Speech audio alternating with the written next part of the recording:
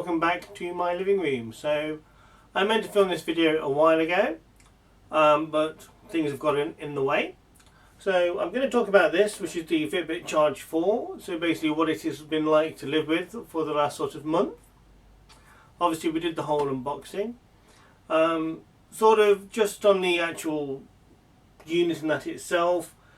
Again, I know I did say when it was unboxed, the mechanism where the strap goes into the actual unit itself is a million times better than the one on the older ones that we looked at.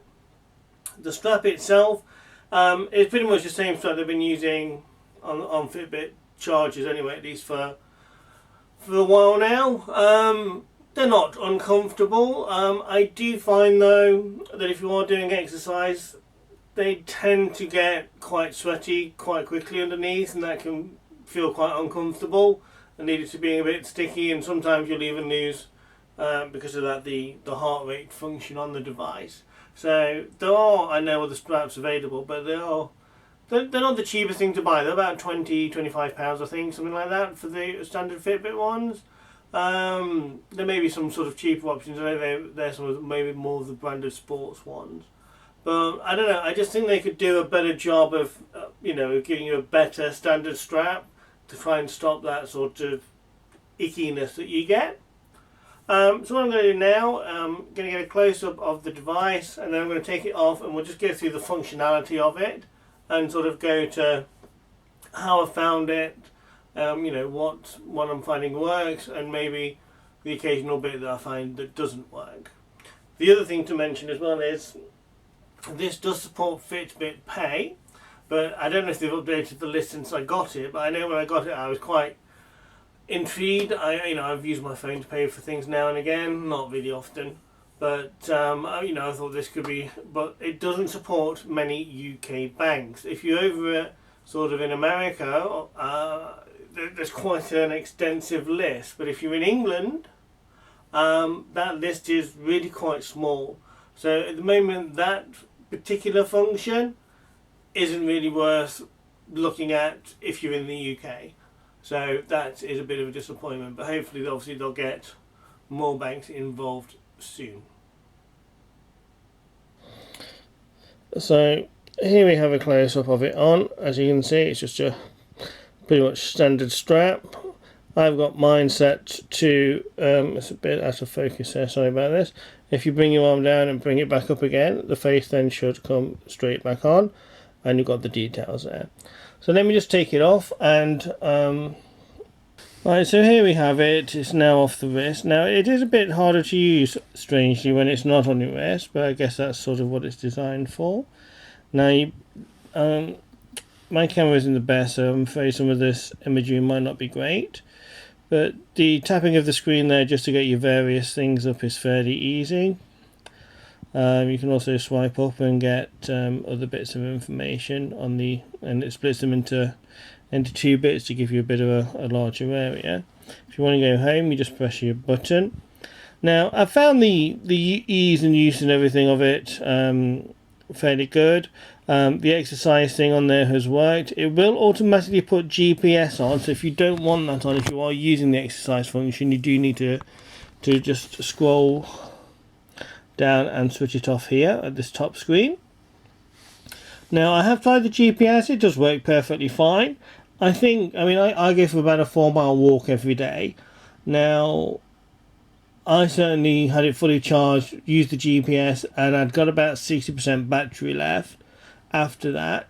So you probably only get maybe 2, possibly 3 if you were lucky days if you do use the GPS, as opposed to sort of the 5 to 7 days that you would normally get under just normal use. So that's something to be wary of. I generally don't use it.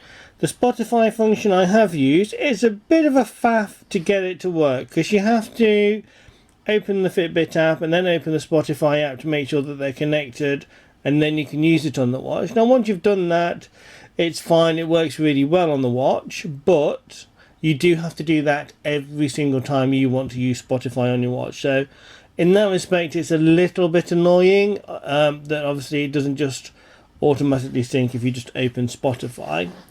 But you know, it does work well once you sort of get used to it. I mean, I generally just, to be honest, use the Spotify app. I don't really bother using it on my watch. So that's that.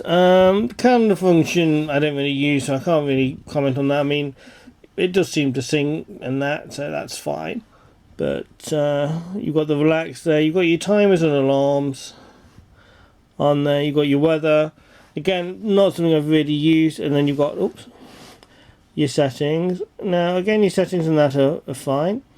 Now, this is the thing, you see. When it's not on your wrist, it does tend to be a little bit harder to get the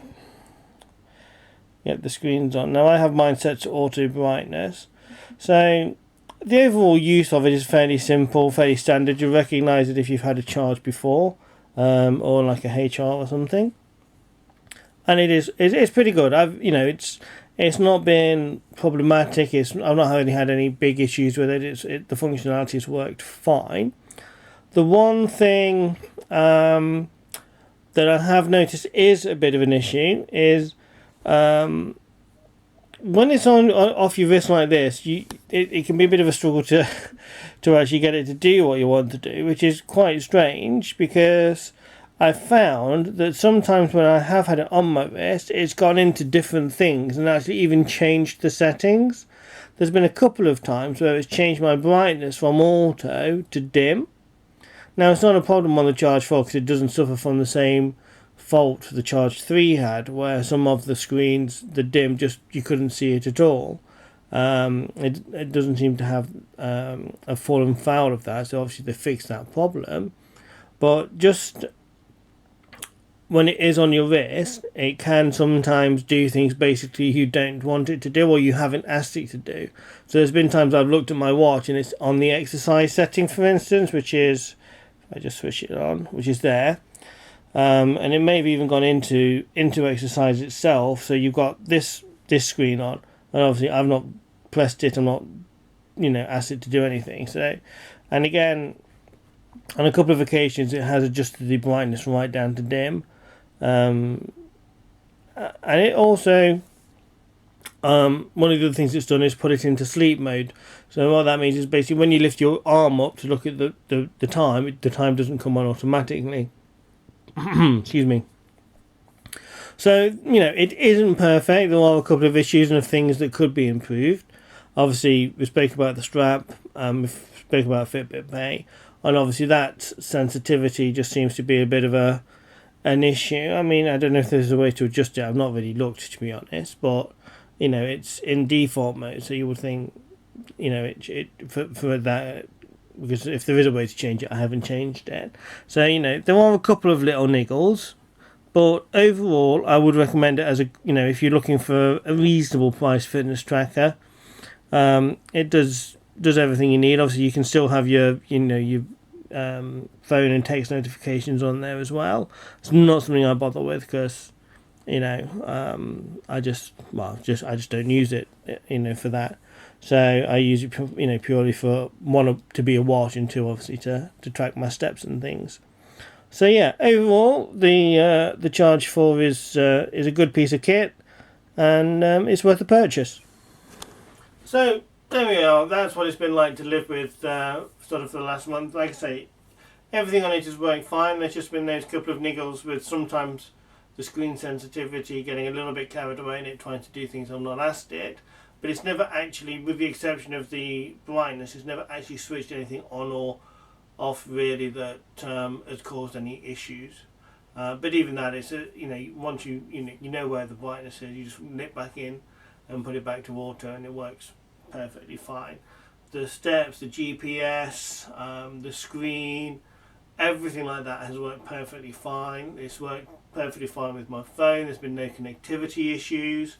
So, there are improvements that probably could be made. Obviously, like I say, to the strap is probably the biggest one for me. But other than that, it's perfectly fine to live with as just like a normal watch. Or obviously, if you are looking at using it for the gym or whatever, then it's great. For the most part, it's worked perfectly fine, apart from those one or two little occasions where it has drop the heartbeat off. But other than that, perfectly fine. So thank you for watching. I will catch you next time, and bye. Jet plane headed up to the sky, spread wings and the clouds getting